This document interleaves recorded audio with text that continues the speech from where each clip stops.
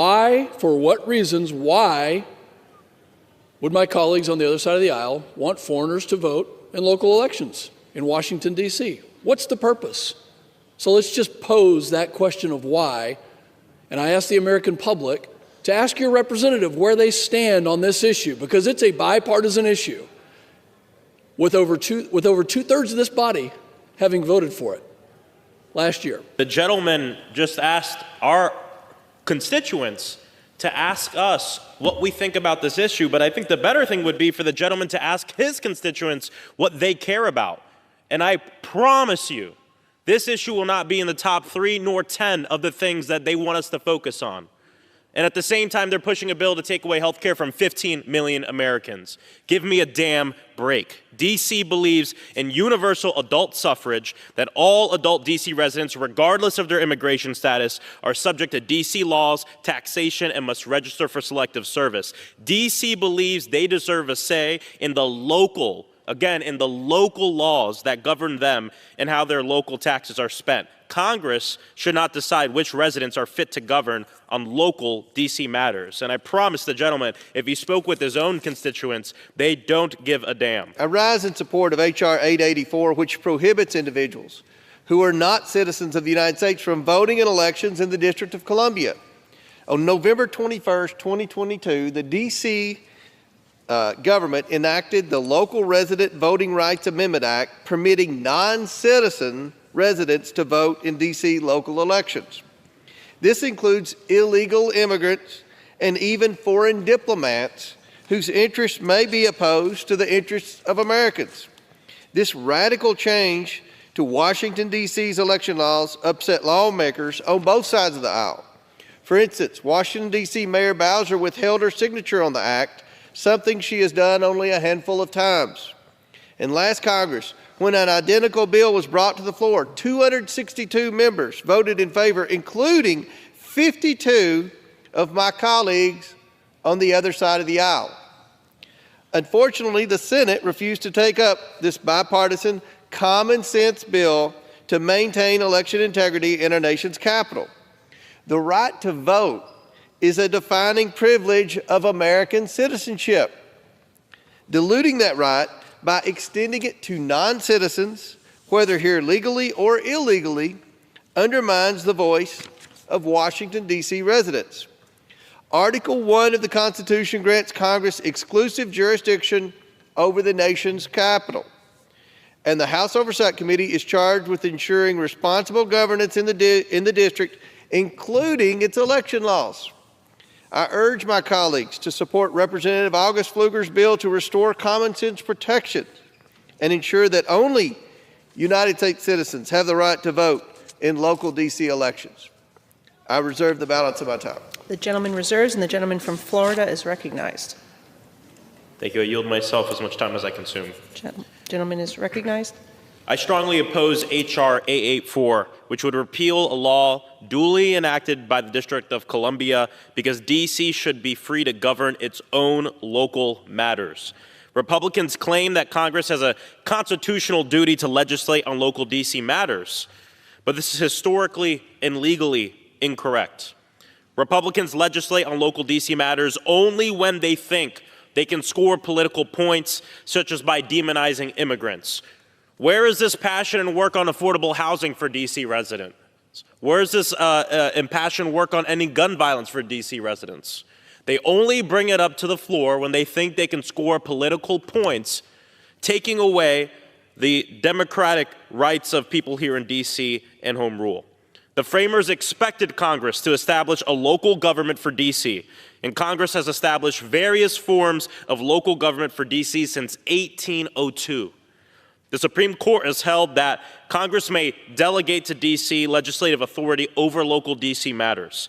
In 1973, Congress passed the D.C. Home Rule Act, which gave D.C. an elected chief executive and an elected legislature, the mayor and the D.C. City Council. The purpose of the Home Rule Act is to, quote, grant the inhabitants of the District of Columbia powers of local self-government, and, quote, to relieve Congress of the burden of legislating upon essentially local D.C. matters, end quote. H.R. 884 contravenes the purpose of the Home Rule Act. D.C.'s Local Residents Voting Amendment Act of 2022 allows D.C. residents who are not yet U.S. citizens to vote only in local elections. Only in local elections, namely for mayor, members of the city council, the state board of education, attorney general, advisory neighborhood commissioner, and ballot measures. The D.C. law does not allow non-citizens to vote in federal elections, which is a crime under federal law. Regardless of your views on the merits of non-citizen voting for local elections, we have to acknowledge that D.C. is not the first, nor are they the only jurisdiction in our country to allow this. At various points throughout American history, Congress in 40 states have allowed non-citizens to vote in local, state, territorial elections, including the home state of the sponsor of this bill. Congress did not prohibit non-citizens from voting in federal elections until 1996. And today, about 20 municipalities allow non-citizens to vote in local elections. I also want to address very specific concerns that we're hearing from our Republican colleagues. Number one, they're concerned that foreign diplomats might vote in local D.C. elections. We believe, number one, that that's highly unlikely, both because they have to renounce their right to vote in their home country and because D.C. has no authority over federal matters and has only limited local self-government. In D.C., the penalty for voter fraud includes imprisonment for up to 5 years. To be eligible to vote in D.C., a person must maintain their residency in D.C. for at least 30 days before the election and cannot claim voting residence or the right to vote in any state, territory, or country. In a letter to Congress, the D.C. Board of Elections made it clear that to vote in a D.C. local election, a foreign diplomat would have to, quote, effectively renounce their right to vote in their country of origin, end quote. The board noted that a foreign diplomat would have to, quote, swear under penalty of law through the D.C. registration application that the person is not claiming voting residence in another country, end quote. The board also noted that an embassy address cannot be used to register to vote, since it is considered a commercial or business address, and a foreign passport cannot be used to register to vote, since it does not contain a residential address in D.C. While Republicans are concerned about foreign diplomats voting in local elections, I wonder if they're aware that the United States, that currently in this country, United States citizens who are registered under the Foreign Agents Registration Act are currently allowed to vote in elections at all levels of government in the United States, including federal elections. That's right. Registered foreign agents who are currently U.S. citizens can vote anywhere in the United States. Republicans are also concerned that undocumented immigrants might vote in local D.C. elections. That's highly unlikely because the D.C. voter roll is public record, and undocumented immigrants likely would not want to identify themselves, including their address. In closing, the House of Representatives is considering the wrong D.C. voting rights bill here today. Republicans claim that voting is a core right or the privilege of American citizenship. And not only is that historically incorrect, but I described earlier, it's also hypocritical. Republicans have fought tooth and nail to defeat legislation that would give the American citizens who reside in D.C. voting representation in the House and the Senate. We, of course, continue to push for D.C. statehood, and I urge the House to reject H.R. 884 and instead to pass H.R. 51. Thank you. I yield back. I rise to ask the question, why are the Democrats so obsessed with allowing non-citizens to vote in our election? Why do they go so out of their way to dilute the voices of American citizens, the very American citizens who elected them to represent them? It is incredibly frustrating to hear that they continue to double down, triple down on giving rights to people who are not citizens of this country at taxpayer American citizen expense. The lead debater on the other side of the aisle said that it's not just this Washington, D.C. that is looking to allow non-citizens to vote in our elections. 20 municipalities, and guess what? They're all Democrat-run. Now, in New York City, we had the same problem. where the New York City Council passed legislation to allow non-citizens to vote in municipal elections. We had to sue to stop it, and we successfully did. But it took not just one round in court, not just 2 rounds in court, 3 rounds in court, where the City Council and the Mayor of New York used taxpayer money to continue to fight this each and every round, despite being voted down in the New York State Supreme Court, in the New York State Court of Appeals, Appellate Court, and lastly, in the New York Court of Appeals, which, by the way, all Democrat appointees on that panel of judges, and we still won because it is illegal. It is not constitutional for non-citizens to vote in our elections. And so just like we fought this in New York City and we prevailed, we will do the same here in Washington, D.C., and make sure that they stop allowing and they don't allow non-citizens to vote in their municipal elections, because we are exercising our constitutional responsibility to protect our elections.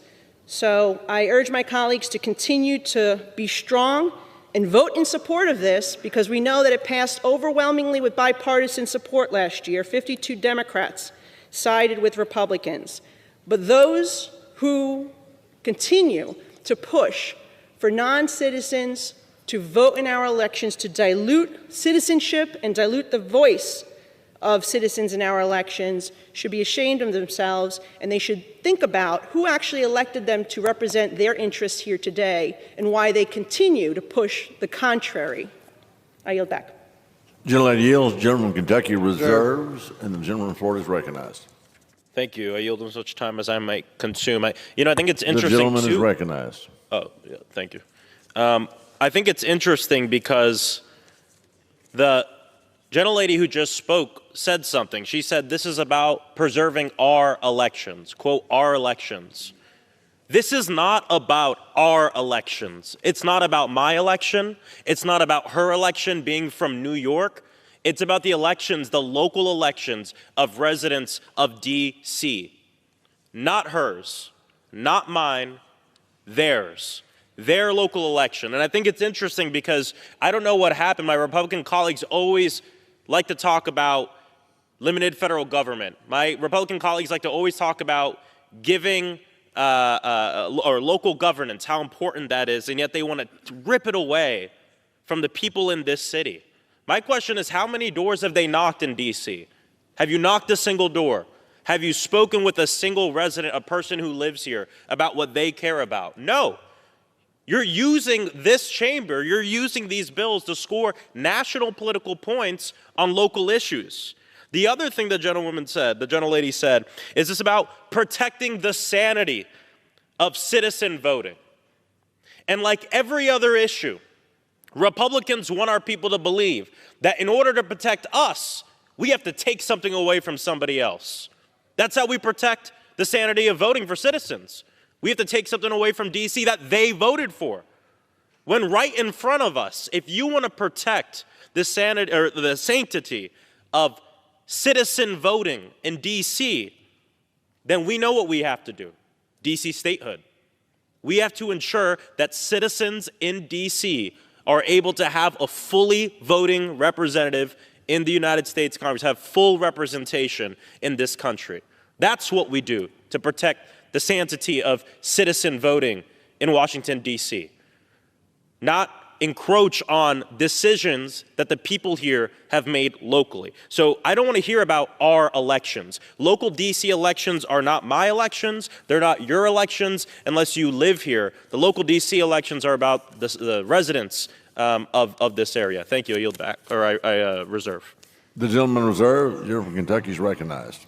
Mr. Speaker, I yield 2 minutes to the gentleman from Texas, Mr. Gill. The gentleman from Texas is recognized for 2 minutes. Thank you, Mr. Speaker. Mr. Speaker, I rise in opposition to Democrats trying to give voting rights to illegal aliens. Mr. Speaker, once again, Democrats are taking the 20% side on another 80-20 issue. The American people do not want illegal aliens voting. They shouldn't be here to begin with. They have no claim on our resources, and they certainly should not be influencing our political system in any respect. Mr. Speaker, every single one of them needs to be deported, and thankfully we have a president who is actually doing that. Mr. Speaker, for so long, Democrats have called conservatives conspiracy theorists. They've slandered us for saying that the Democrat playbook, which they themselves have articulated, is to open up our borders to ultimately provide amnesty, a path to citizenship, and voting rights to illegal aliens. And Mr. Speaker, they are doing that right now. That's exactly what they're doing, and they're fighting for it. Allowing illegal aliens to vote is not only grotesquely unjust, but it waters down the meaning of citizenship for American citizens who are here. Mr. Speaker, our government should represent our people, American citizens. Illegal aliens have no right to vote. They shouldn't be voting, and they need to be deported. With that said, I yield back. Thank you. I think I yield myself as much time as I may consume. You're recognized.